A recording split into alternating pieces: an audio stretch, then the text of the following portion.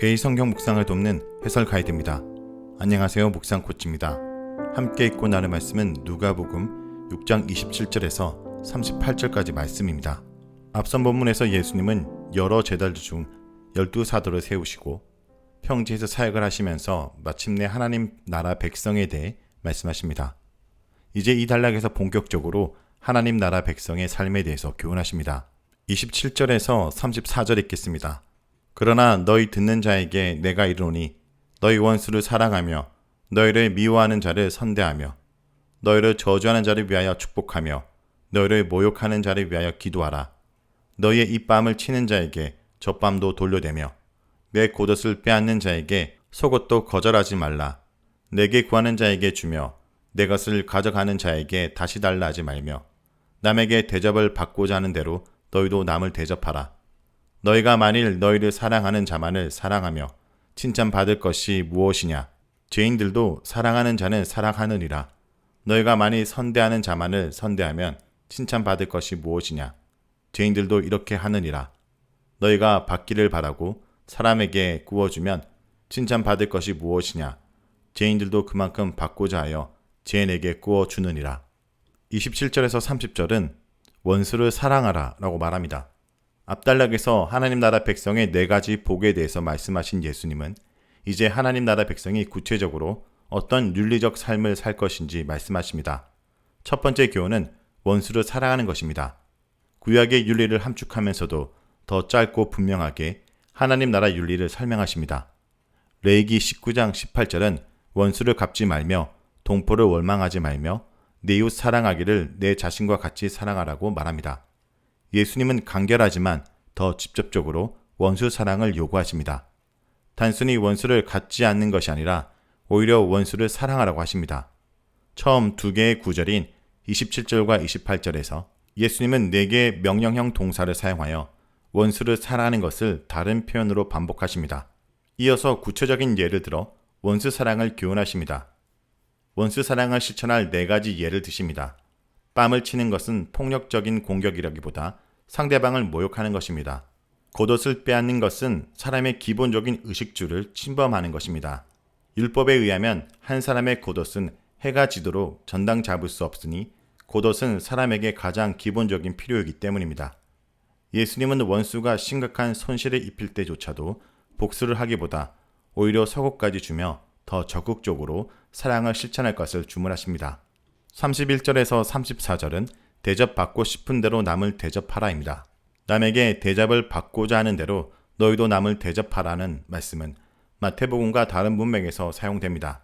마태복음은 이 황금률 구절을 기도를 강조하는 단락과 좁은 길의 제자도를 강조하는 단락 사이에 위치합니다. 그리고 이 황금률이 율법과 선지자의 교훈과 닿아 있음을 밝힙니다. 한편 누가복음은 황금률을 제자도, 즉 하나님 나라 백성의 삶과 더 직접적으로 연결시킵니다. 원수 사랑이라는 하나님 나라 백성의 삶을 다르게 설명하는 방법으로 황금률을 사용하고 있습니다. 이어지는 구절에서 황금률의 3가지 예를 보여주고 있습니다. 3가지 예는 죄인들과 비교 대조하여 하나님 나라 백성의 윤리가 세상의 윤리보다 훨씬 더 탁월해야 한다는 것을 보여줍니다. 죄인들도 자기를 사랑하는 자를 사랑합니다. 죄인들도 자기를 선대하는 자를 선대합니다. 죄인들도 돌려받기를 바라며 구워줍니다. 그러나 하나님 나라 백성은 자기를 사랑하지 않는 자를 사랑해야 합니다. 자기를 선대하지 않는 자조차 선대해야 됩니다. 돌려받을 수 없을지라도 구워줘야 합니다. 이러한 윤리가 예수님께서 세우실 하나님 나라 백성들이 살아가는 방법입니다. 그러나 예수님은 단순히 의무만을 나열하지 않습니다. 이러한 삶이 하나님 나라 백성의 정체성과 연결되며 결국 풍성한 상으로 되돌아올 것을 말씀하십니다. 다음은 35절에서 36절입니다. 오직 너희는 원수를 사랑하고 선대하며 아무것도 바라지 말고 구워주라. 그리하면 너희 상이 클 것이요 또 지극히 높으신 이의 아들이 되리니 그는 은혜를 모르는 자와 악한 자에게도 인자하시리라. 너희 아버지의 자비로우신 같이 너희도 자비로운 자가 되라. 35절에서 36절은 아버지의 인자와 자비를 닮아가라입니다. 원수를 사랑하는 것은 하나님 아버지의 성품을 세상에 나타내는 것입니다. 원수를 사랑하는 제자의 삶은 하나님의 아들로서 그 정체성과 관련됩니다. 본문은 문자적으로 원수 사랑을 실천할 때 큰 상을 받을 것이고 하나님의 아들이 될 것이라고 이해할 수 있습니다. 그러나 우리의 행함이 우리가 하나님의 자녀됨의 조건은 아닙니다. 그럼에도 불구하고 하나님의 자녀는 그 행함으로 자신의 신분을 증명합니다. 하나님은 그의 은혜를 모르는 자와 악한 자에게도 인자하십니다. 인자한을 뜻하는 헬라어 단어 크레스토스는 은혜로운이라고 번역될 수 있습니다.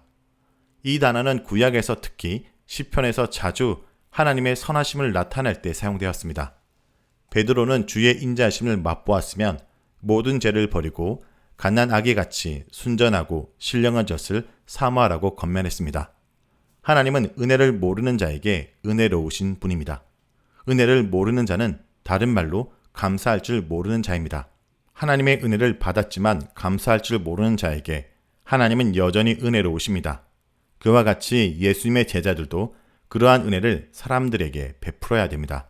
이것이 원수를 사랑하는 것이요 황금률을 실천하는 것입니다. 또 다른 하나님의 성품은 자비입니다. 하나님 나라 백성은 하나님의 자비로우심과 같이 다른 사람에게 자비를 베풀어야 합니다. 구약에서 우리는 어렵지 않게 자비로우신 하나님을 만날 수 있습니다. 하나님 나라 백성은 이런 자비로운 하나님의 자녀이기 때문에 그 하나님의 성품을 닮아야 합니다. 그 자비의 최고봉은 원수 사랑입니다. 하나님이 자신을 거역한 이스라엘을 사랑하시고 자비를 베푸신 것처럼 원수를 사랑하는 것입니다. 하나님이 자신을 거역한 세상을 사랑하시고 독생자를 세상에 보내신 것처럼 원수를 사랑하는 것입니다.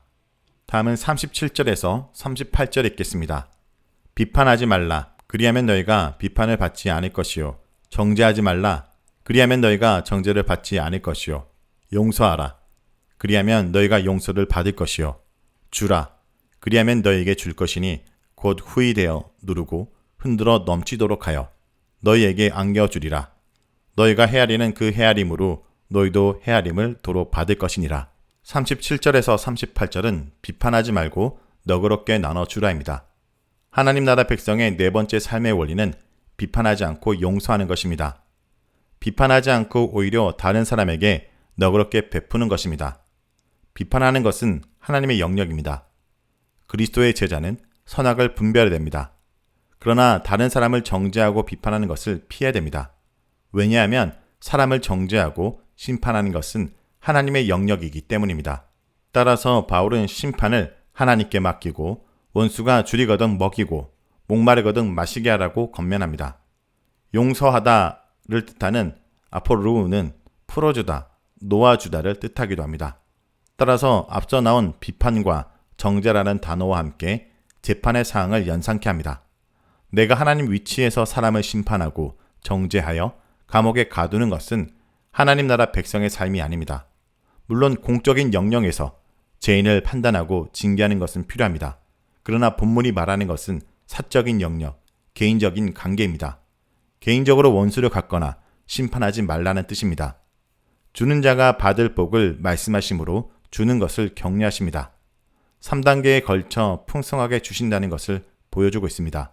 후이되어 누르고 흔들어 마침내 가지고 있는 때 넘치도록 주시겠다라는 약속입니다. 따라서 우리가 간용을 가지고 너그럽게 베풀면 하나님께서 더 풍성하게 갚아주십니다. 원수를 사랑하고 남을 대접하는 것이 현재에는 희생과 헌신을 필요로 하지만 나중에는 결국 더 큰 복으로 돌아오게 될 것입니다. 자, 여기까지가 누가복음 6장 27절에서 38절까지 말씀입니다. 오늘 말씀을 통해 우리는 무엇을 묵상하고 적용해야 할까요? 27절부터 38절에 나오는 말씀은 하나님 나라 백성의 네 가지 원리인데 이는 원수 사랑이란 한 가지 주제에 서로 다른 표현이라고 할 수 있습니다. 원수를 사랑하는 것이 곧 황금률을 실천하는 것입니다. 원수를 사랑하는 것은 하나님의 성품을 닮아가는 것입니다. 다른 사람을 비판하지 않고 너그럽게 베푸는 것이 원수 사랑의 실천입니다. 도저히 사랑할 수 없는 우리를 사랑하신 그 예수 그리스도의 사랑을 본받아 오늘도 내가 품고 감당할 수 없는 자들을 주님의 사랑으로 감당하는 하루가 되길 간절히 기도드립니다.